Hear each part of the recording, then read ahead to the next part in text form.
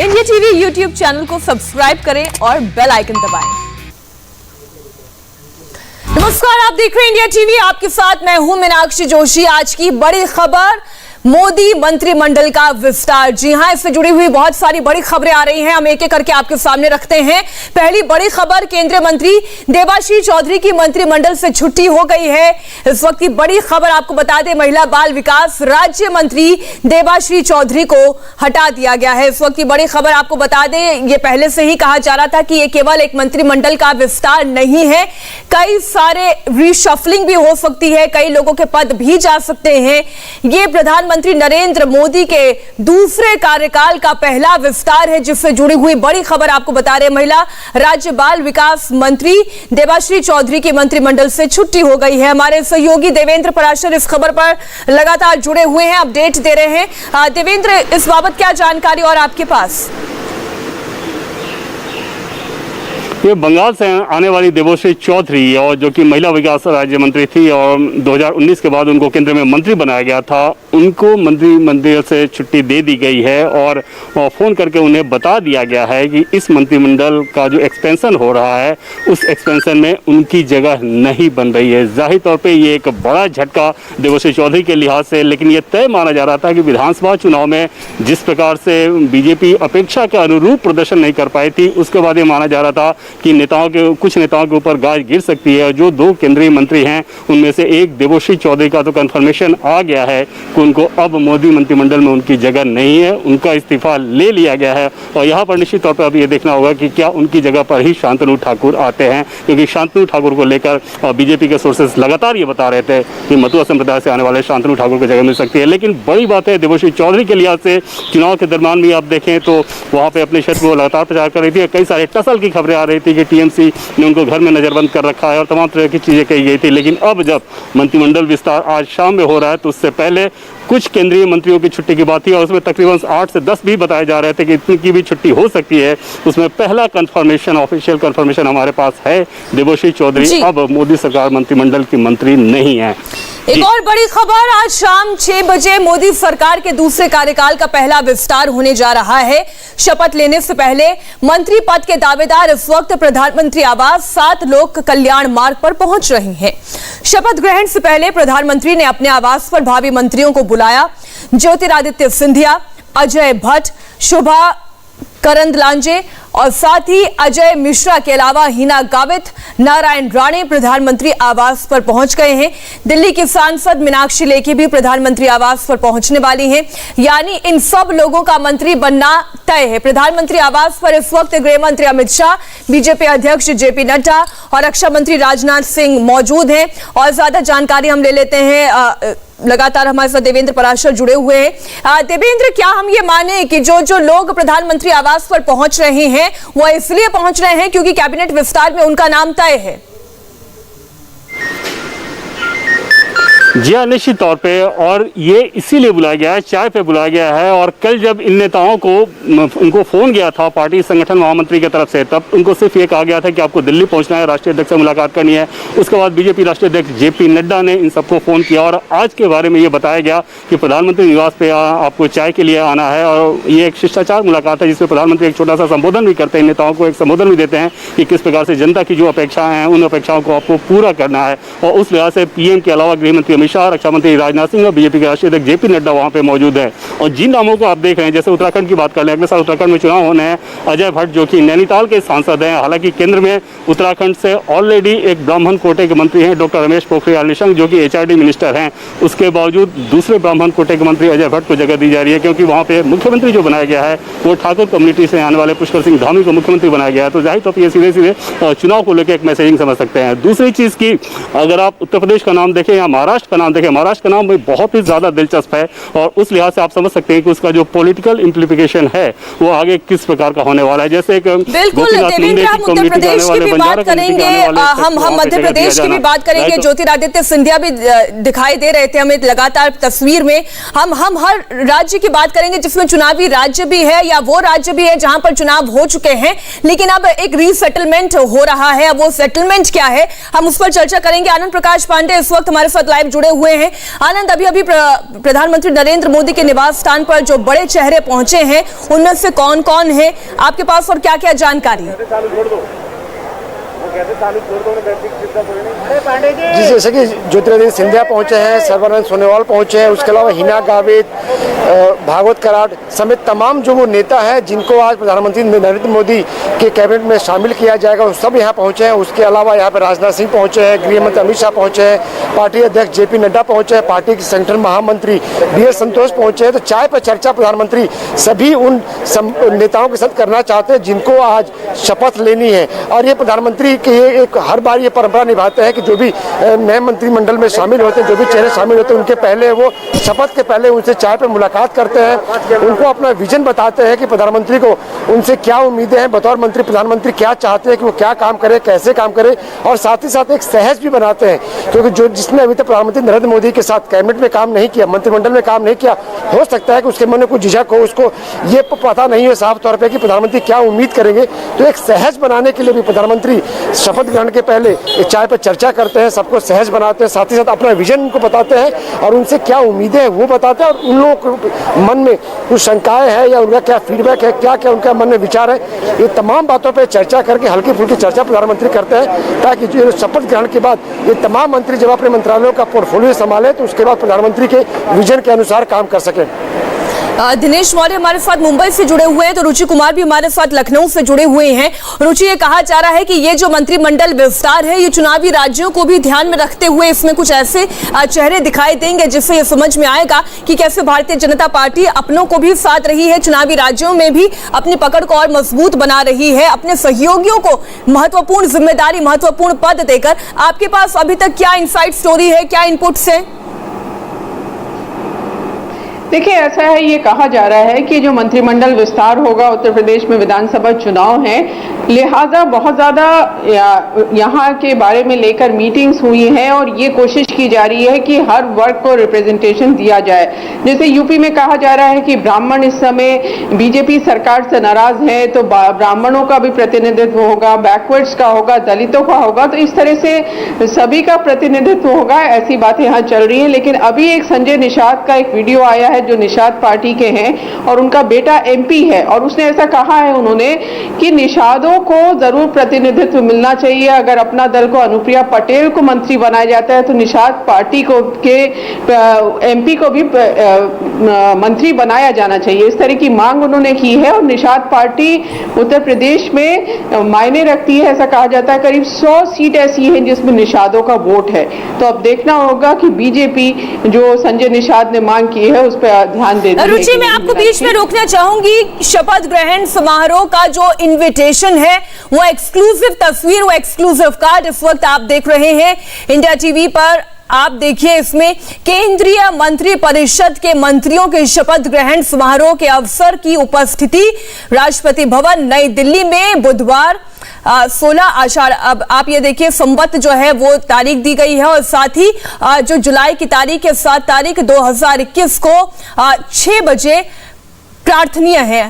पूरी जानकारी इस वक्त आपके सामने है। शपथ ग्रहण समारोह ठीक 6 बजे होगा। ज्यादा जानकारी ले लेते हैं, संवाददाता देवेंद्र पराशर हमारे साथ जुड़े हुए हैं। ये बहुत महत्वपूर्ण और ये एक्सक्लूसिव इनपुट आया है जो हमारे दर्शक अभी देख रहे हैं। लेकिन चेहरे कौन कौन होंगे इस नए मंत्रिमंडल विस्तार में? देवेंद्र, किन किन चीजों को साधा गया है? क्योंकि कहा यह गया कि युवा और अनुभवी नेताओं का बैलेंस इसमें दिखाई देगा, इसमें गठबंधन के सहयोगियों को साथ में सम्मान दिया जाएगा, इसमें SC ST OBC यानी जातिगत समीकरणों को भी साधने की कोशिश होगी। बहुत सारी चीजें इस मंत्रिमंडल में होगी जो विस्तार होगा। आप अपनी राजनीतिक नजर से इसे बताएं कि क्या क्या होने जा रहा है। और इसमें 2-3 चीज़ें हैं। पहली बात तो मैं आपको ये बताऊं कि हालांकि उसके बारे में क्योंकि अभी ऑफिशियल कंफर्मेशन नहीं मिल पाया है, इसलिए उसका जिक्र हम लोग नहीं कर रहे हैं, लेकिन एक बड़ा फेरबदल और सरप्राइज करने वाला, जिसको कहा जाता है कोई कैबिनेट फॉर्मेशन अगर होता है, रिसफल होता है या एक्सपेंशन होता है, तो उसके लिए जो सबसे स्पार्कलिंग चीज़ क्या थी उसके लिए एक कन्फर्मेशन होना बाकी है, वो एक हो सकता है। ये अभी सिर्फ मैं इशारा कर रहा हूँ। और दूसरी चीज़ बता लेंगे कि जैसे कास्ट इक्वेशन या फिर काबिलियत, इन सारी चीज़ों को आप देखें, चाहे हिना गावित का आप उदाहरण ले। हिना गावित महाराष्ट्र के नंदुरबार क्षेत्र चुकी हैं। और पिछली बार जब लोकसभा वो जीती थी तो सबसे कम उम्र की, तब उनकी उम्र बमुश्किल 25 साल थी और सबसे कम उनकी सांसद बनी थी। और जिस क्षेत्र में वो जीती थी तकरीबन 42 साल से माणिक राउत जो कि कांग्रेस के बहुत वेटरन लीडर महाराष्ट्र के रहे हैं, उनको हरा के इन्होंने चुनाव जीता था। डॉक्टर हैं प्रोफेशन से, आदिवासी समुदाय से आती हैं, तो आप अंदाज़ा लगा सकती हैं कि ये कितनी क्लियर मैसेजिंग है। और 2019 में जब प्रधानमंत्री राष्ट्रपति के अभिभाषण के धन्यवाद प्रस्ताव पर अपना वक्तव्य रख रहे थे तो उस दरमियान उन्होंने 2 नेताओं का जिक्र किया था कि इनका संवाद सुनिए, ये कितना अच्छा बोल रहे थे। तो उसमें एक प्रताप चंद्र सारंगी का जिक्र किया था जो कि उड़ीसा से आते हैं, अभी ऑलरेडी केंद्र में मंत्री हैं।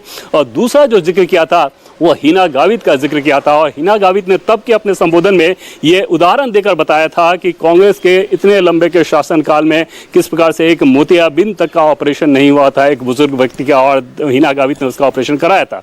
तो ये सारी चीज़ें जाहिर तौर पर, जैसा कि हम लोग बार बार इस बात को कहते रहे हैं कि प्रधानमंत्री मोदी जब एक्सपेंशन इस बार का करेंगे तो सांसदों की काबिलियत, खूबी, क्षेत्र में वो कितना इन्वॉल्व है, पार्लियामेंट में उसका इन्वॉल्वमेंट कैसा है, संगठन के कार्य में कितना इन्वॉल्व रहती हैं, इन सारे पहलुओं पर बहुत ज़्यादा जोर दिया जाएगा। उस लिहाज से इंपॉर्टेंट है। पंकज चौधरी की अगर बात कर ले उत्तर प्रदेश से, तो पंकज चौधरी कुर्मी समुदाय से आते हैं और कुर्मी समुदाय से आने वाले पंकज चौधरी जाहिर तौर पे अपना दल, हालांकि अनुप्रिया पटेल का कुर्मी वोट बैंक पे एक हमेशा से क्लेम रहता है और आमतौर पे माना जाता है कि उस जाति में अपना दल का अच्छा प्रभुत्व है, लेकिन गोरखपुर से सटा महाराजगंज और वहाँ पर पंकज चौधरी अगर उनको मंत्री बनाया जा रहा है तो आप अंदाजा लगाइए कि वो मैसेजिंग किस प्रकार की है कि बीजेपी सिर्फ इस बात के लिए भरोसे में नहीं रह सकती कि कोई संगठन का कोई सहयोगी दल ही उस वोट बैंक तक रीच आउट करे, बल्कि अपना नेता भी उस लिहाज से तैयार रहना चाहिए। पंकज चौधरी के प्रोफाइल की बात कर लें तो पंकज चौधरी बहुत लो प्रोफाइल अपना काम करते हैं, बिजनेसमैन हैं वहाँ पे महाराजगंज में। और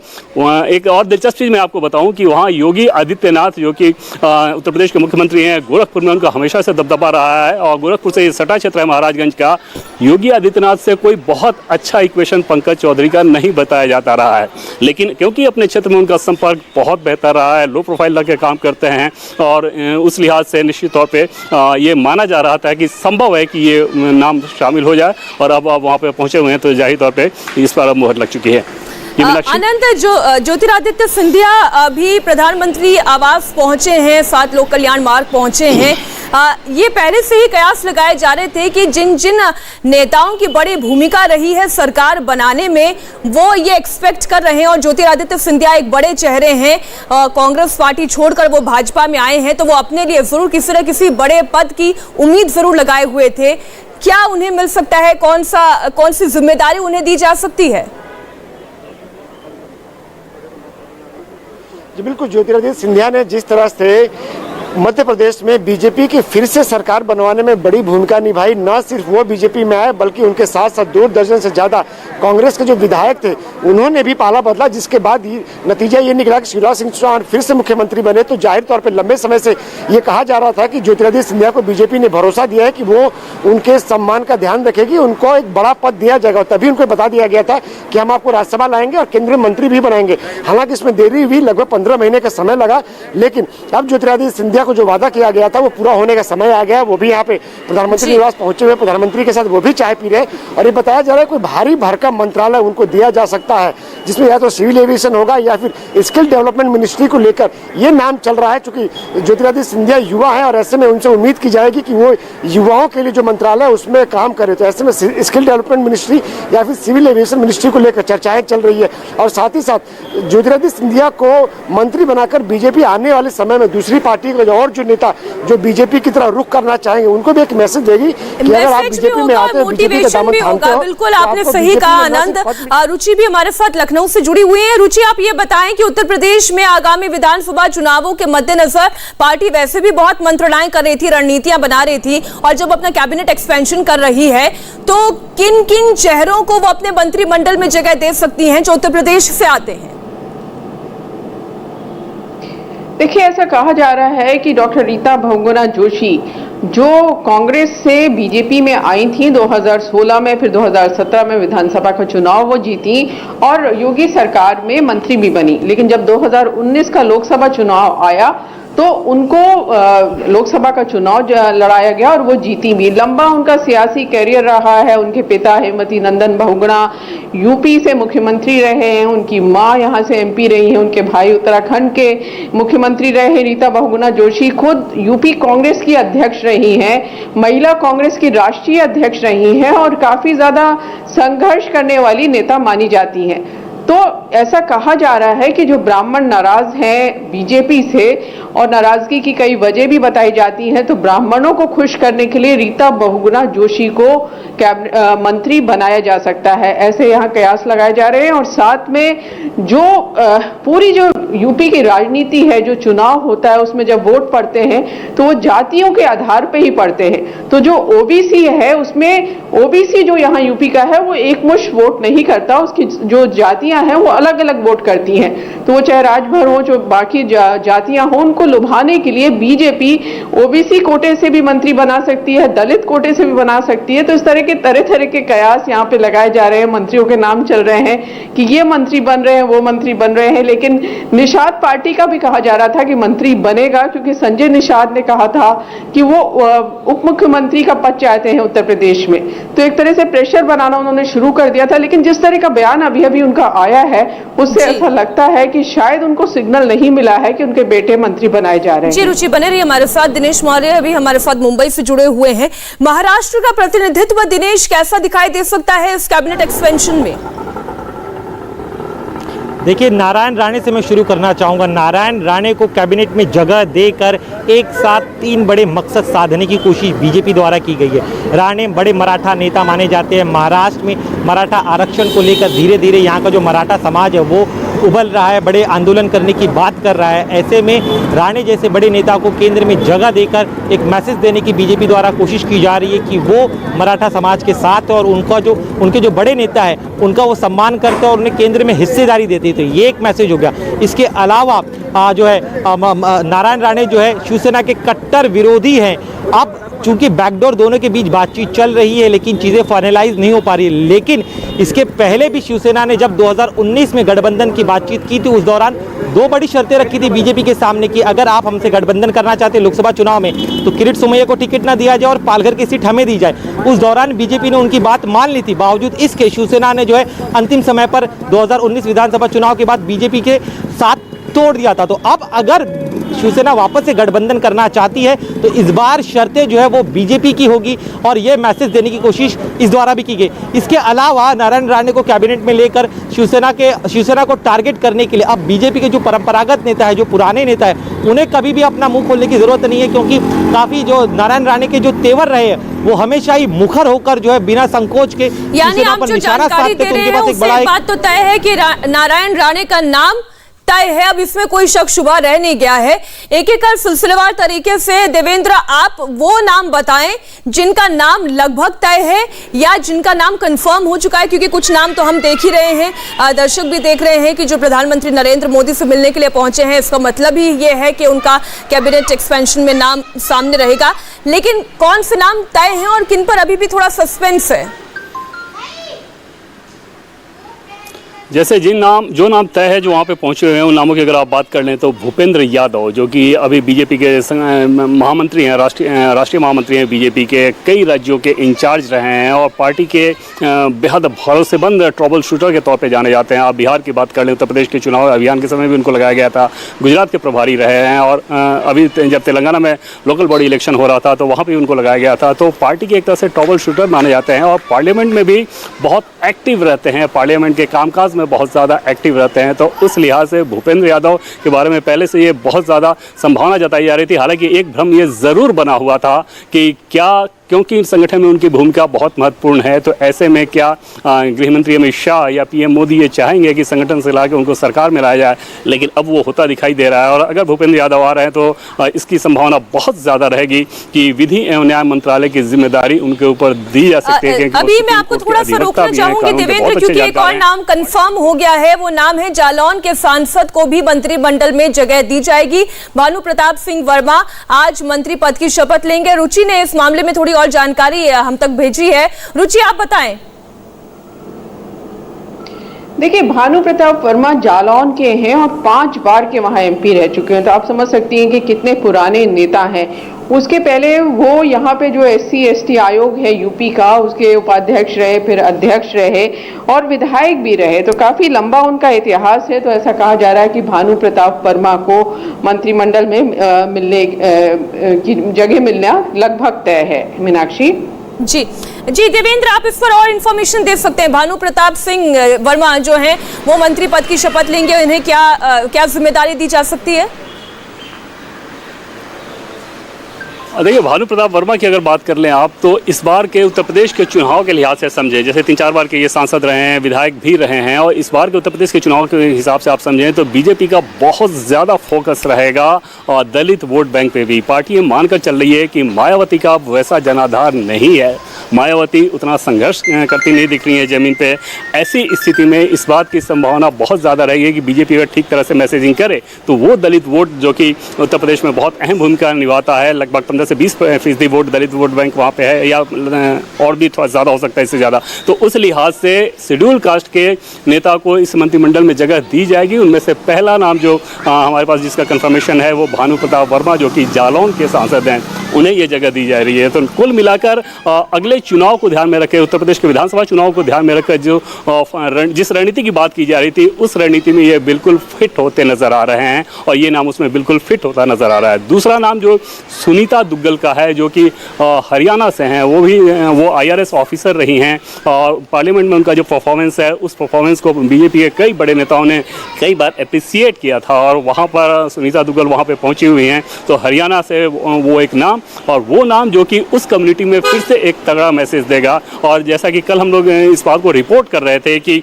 इस बार का मंत्रिमंडल विस्तार होगा, उसके बाद नरेंद्र मोदी सरकार 2 के अगर इस मंत्रिमंडल को ओवरऑल देखा जाएगा तो ऐसा लगेगा कि चाहे पिछड़ा हो या दलित हो, उस लिहाज से सबसे ज़्यादा रिप्रेजेंटेशन इस मंत्रिमंडल में दिखेगा, ये पिछड़ा वर्ग का या दलित वर्ग का।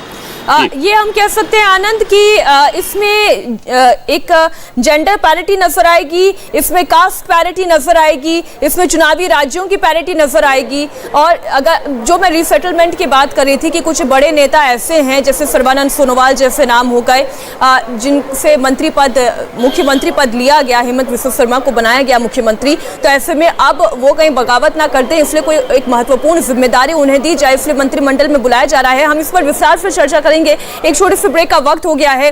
मोदी मंत्रिमंडल का विस्तार आज शाम 6 बजे होगा। शपथ ग्रहण समारोह का जो इनविटेशन कार्ड है वो भी हमने आपको दिखाया, इससे जुड़ी हुई एक एक डिटेल एक छोटे से ब्रेक के बाद।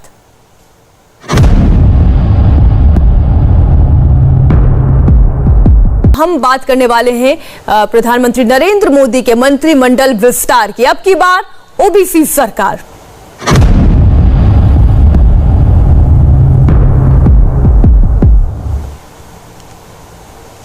अब से ठीक 5.5 घंटे के बाद प्रधानमंत्री नरेंद्र मोदी मंत्रिमंडल का विस्तार होगा। जी हां, मंत्रिमंडल विस्तार से पहले पीएम मोदी ने भावी मंत्रियों को अपने घर चाय पर बुलाया है। मोदी की मीटिंग में अमित शाह, राजनाथ सिंह और जेपी नड्डा भी हैं। पीएम आवास पर ज्योतिरादित्य सिंधिया, नारायण राणे, सर्बानंद सोनोवाल पहुंच गए हैं और अभी देवेंद्र पराशर के पास कुछ और इनसाइड न्यूज आ गई है, कुछ नए इनपुट्स आए हैं। देवेंद्र बताएं।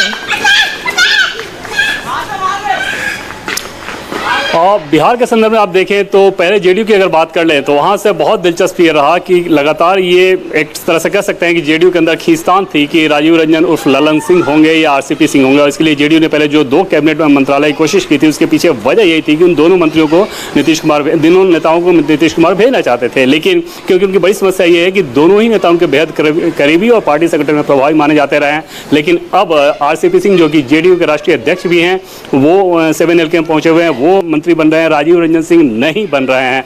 दूसरी दिलचस्प चीज ये है, और इसका मतलब ये रहेगा कि आगे आने वाले दिनों में जेडीयू संगठन में भी आप बदलाव देख सकती हैं, और इस बात की चर्चा है वहां पर कि संभव है कि आरसीपी जब राष्ट्रीय अध्यक्ष की कुर्सी छोड़े मंत्री बनने के बाद, तो बाद में उपेंद्र कुशवाहा को उसकी जिम्मेदारी दी जा सकती है। उस उपेंद्र कुशवाहा को जिसे नीतीश कुमार की एक लंबी अदावत रही है और इन दोनों का love and hate relation Bihar की पॉलिटिक्स कई सालों से देखते रही है। दूसरी चीज की पशुपति पारस जो कि चिराग पासवान के नेतृत्व में भरोसा होते तोड़ते हुए और सांसदों को तोड़ के अलग हुए थे, पशुपति पारस वहाँ पे पहुंचे हुए हैं और पशुपति पारस मोदी मंत्रिमंडल में जगह पाएंगे। ये भी एक बहुत दिलचस्प चीज़ रहेगी कि पशुपति पारस पर बीजेपी नेतृत्व ने भरोसा जताया। और ये आपको मैं एक बात बताऊं कि आमतौर पर यह चर्चा चलती थी बिहार चुनाव के समय भी कि चिराग पासवान जो कुछ भी कर रहे हैं उसके पीछे इंजीनियरिंग बीजेपी का असल में है। इस इंक्लूजन के साथ जाहिर तौर पे वो उस नैरेटिव को ज़बरदस्त तरीके से चोट पहुंचेगी, क्योंकि हमारे सोर्सेज ये बताते हैं और उस समय इस बात की जानकारी दे रहे थे कि बीजेपी का स्टेट लीडरशिप भले ही कुछ कर रहा हो पर्दे के पीछे, लेकिन जो टॉप लीडरशिप है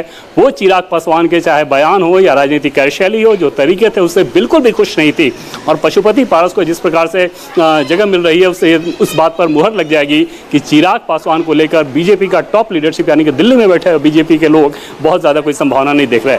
मीनाक्षी, तो यानी दो नाम तो आपने एकदम क्लियर कर दिए हैं, पशुपति पारस और आरसीपी सिंह का, क्योंकि आरसीपी सिंह अब चाय के लिए पहुंच भी गए हैं और आप ये कह रहे हैं कि ललन सिंह के लिए अभी थोड़ी सी मुश्किल है और उनका नाम अभी फाइनल नहीं हुआ है। लेकिन एक और नाम जिस पर बिहार के चर्चा की जा रही थी, सुशील कुमार मोदी, क्या इस पर कोई इनपुट है आपके पास, कोई जानकारी?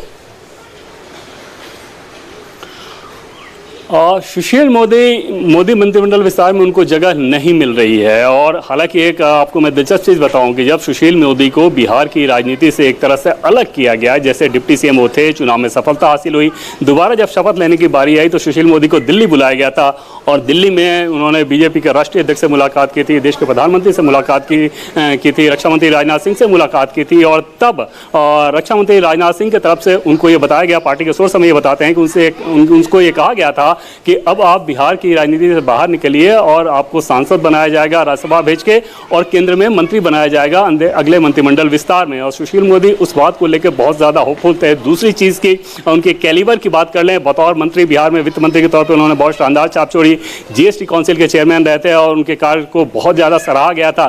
जो अपोजिशन के नेता थे जैसे चिदम्बरम जैसे नेता भी सुशील मोदी की इस मामले में तारीफ करते थे कार्यकुशलता को लेकर। तो उन सारे गुणों की वजह से माना जा रहा था कि शायद सुशील मोदी को जगह मिलेगी। लेकिन जो बिहार बीजेपी का मौजूदा संगठन है, जो मौजूदा ढांचा है, वो सुशील मोदी का रास्ता रोकना चाहता था और इस विस्तार के साथ ऐसा संभव दिख रहा है और ऐसा हो गया है क्योंकि सुशील मोदी पटना में ही है। और दूसरी चीज़ मैं आपको बताऊं कि इसके पीछे एक और वजह, आसान ये मामला इस लिहाज से हो गया कि बिहार में ऑलरेडी मंत्री हैं, बीजेपी के 5 मंत्री हैं, ऊपर से जेडीयू के आ रहे हैं, पशुपति पारस आ रहे हैं। तो ऐसे कंडीशन में बिहार से कितने ज़्यादा मंत्री दिए जाएं, ये पार्टी के नेतृत्व के लिहाज से या फिर देश के प्रधानमंत्री के लिहाज से भी एक बड़ा सवाल रहा होगा। क्योंकि उत्तर प्रदेश जैसे राज्य जहां पे 80 सांसद आते हैं, लोकसभा और राज्यसभा मिला के अभी बीजेपी के पास हैं, उनमें से प्रधानमंत्री को छोड़ें तो 8 केंद्रीय मंत्री हैं। और अगर बिहार से, जो कि बिहार पे अभी चुनाव भी नहीं होना है, अगला लोकसभा चुनाव सीधे जाना है, तो वहाँ पे इतना ज़्यादा रिप्रेजेंटेशन कैसे, जबकि ऑलरेडी बिहार से 5 मंत्री बीजेपी के पास थे। तो वो एक वजह भी आसान बन गई होगी। बिहार का दबदबा है वो तो दिखाई दे रहा है और जैसे कि आप जानकारी दे रहे हैं उससे भी ये समझ में आता है। लेकिन आनंद, आप इस पर थोड़ा सा और प्रकाश डालें कि कौन कौन से नेता प्रधानमंत्री नरेंद्र मोदी से मिलने के लिए पहुंचे हैं, क्योंकि उन नामों पर तो हम फाइनल मुहर लगा ही सकते हैं।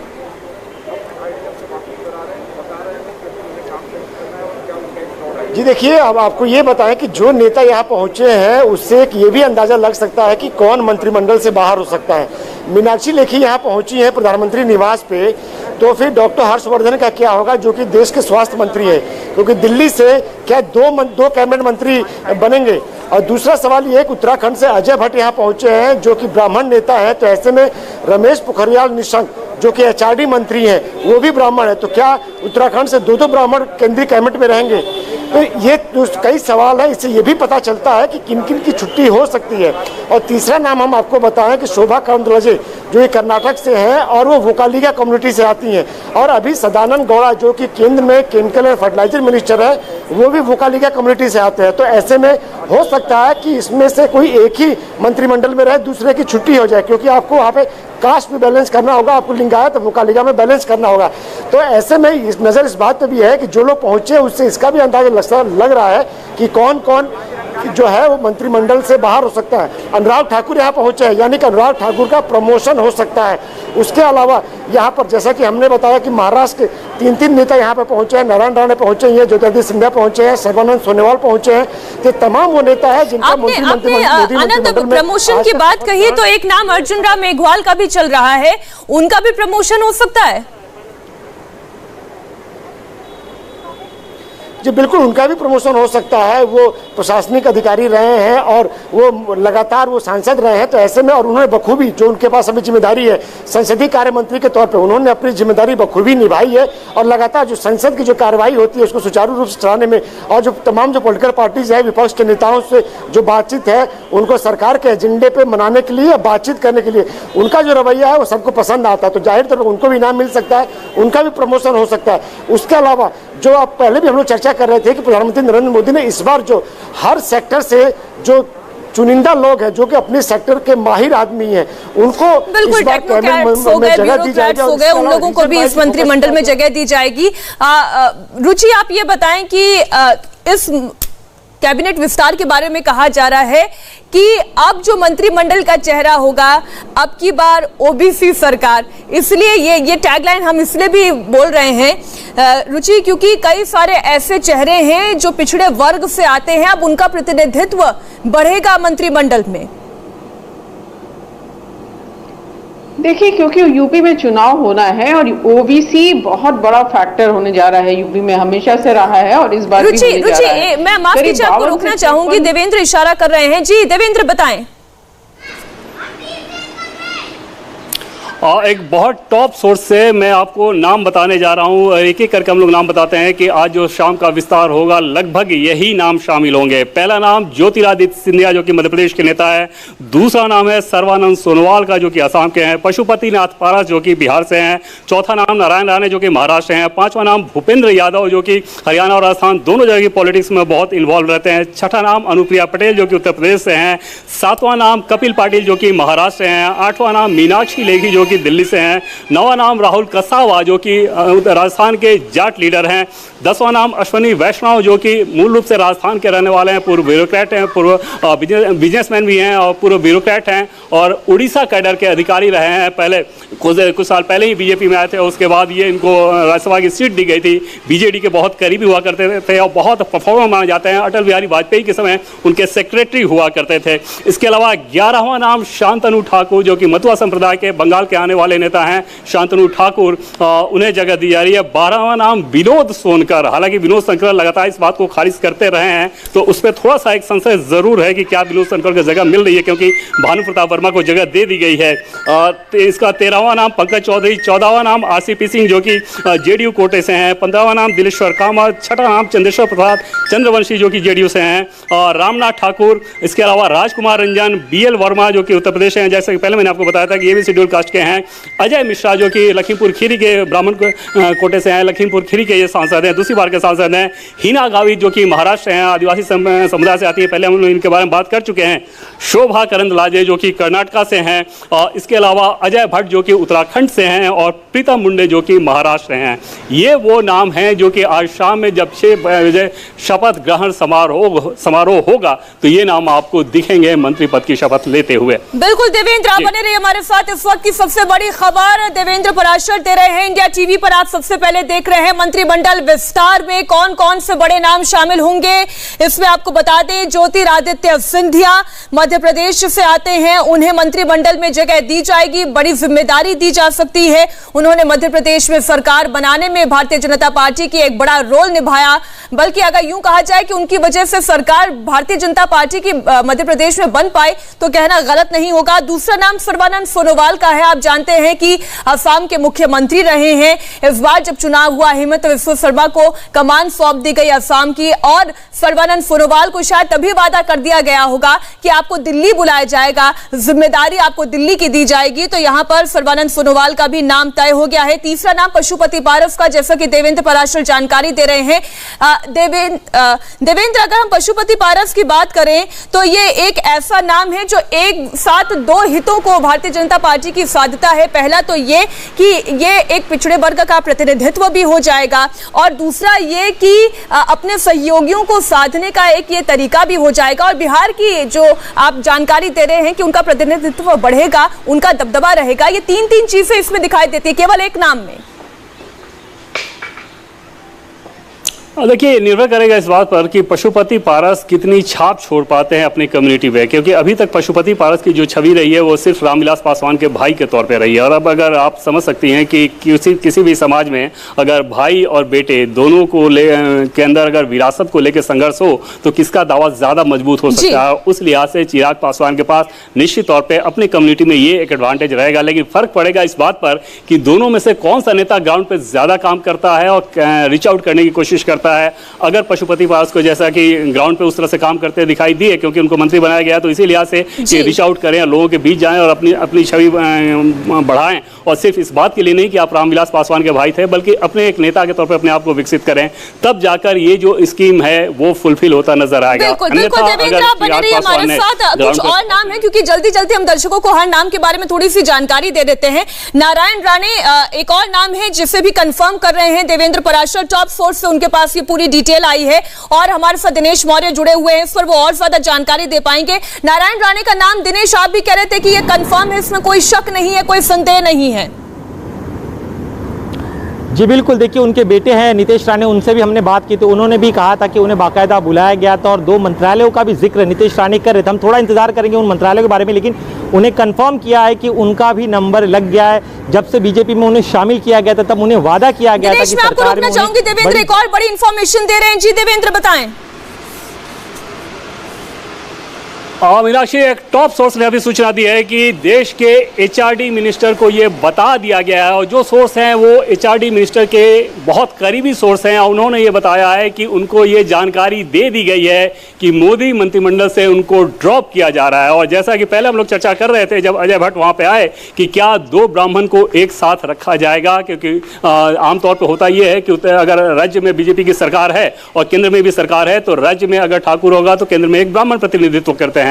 और ऐसे में डॉक्टर रमेश पोखरियाल निशंक, जो कि एचआरडी मिनिस्ट्री यानी कि अब जो शिक्षा मंत्रालय हो गया है, वो संभाल रहे थे। और अजय भट्ट को जब शपथ दिलाई जा रही है तो डॉक्टर रमेश पोखरियाल निशंक को यह बता दिया गया। और जिन मंत्रियों के ड्रॉप करने के बारे में हम लोग सूचना दे रहे हैं वो ऐसा किया जा रहा है कि उस मंत्री के पास कॉल जा रहा है और कॉल करके उनको बताया जा रहा है कि मंत्रिमंडल का जो रिसफल हो रहा है या एक्सपेंशन हो रहा है, इसमें आपको जिम्मेदारी से मुक्त किया जा रहा है, आपको ड्रॉप किया जा रहा है। तो डॉक्टर रमेश पोखरियाल निशंक को ड्रॉप करना निश्चित तौर पर, उत्तराखंड में आगे चुनाव है, रमेश पोखरियाल निशंक ये उम्मीद नहीं कर रहे होंगे। देवेंद्र बहुत इंपॉर्टेंट इंफॉर्मेशन आप दे रहे हैं अभी तक। जी देवेंद्र, अभी तक आपने जो 2 नाम कंफर्म किए हैं जिन्हें मंत्रिमंडल से ड्रॉप किया जा रहा है, उसमें से एक नाम है देबाश्री चौधरी का, जिसके बारे में आपने पहले इंफॉर्मेशन दी, और अब ये दूसरा नाम जो क्लियर हो चुका है रमेश पोखरियाल निशंक का, जिन्हें इस मंत्रिमंडल रीशफलिंग में या एक्सटेंशन में ड्रॉप किया जा रहा है। इस वक्त की बड़ी खबर आपको बता दें, ये 2 नाम हैं जो अभी तक कंफर्म हो गए हैं,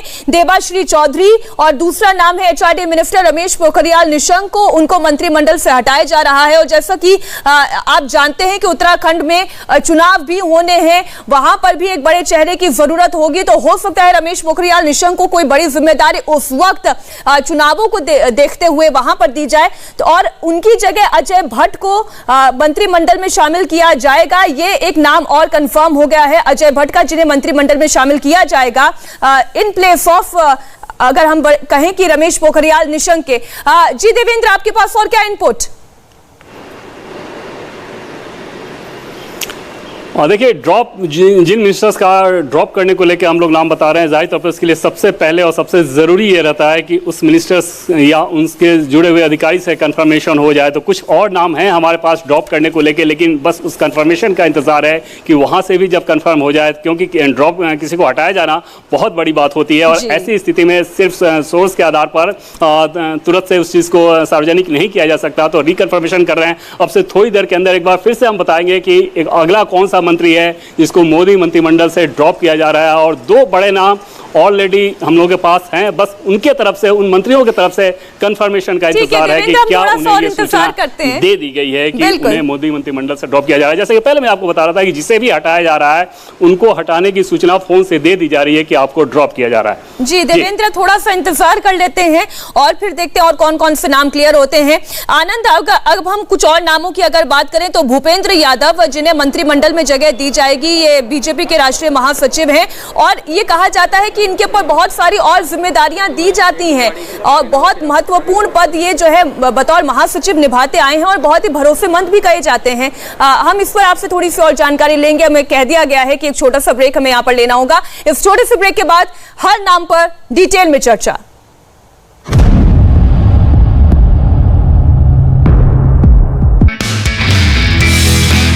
नमस्ते, मैं हूं मीनाक्षी जोशी। वीडियो और खबरों से अपडेट रहने के लिए India TV YouTube channel subscribe करें, बेल आइकन दबाना ना भूलें। जुड़े रहें इंडिया टीवी के साथ।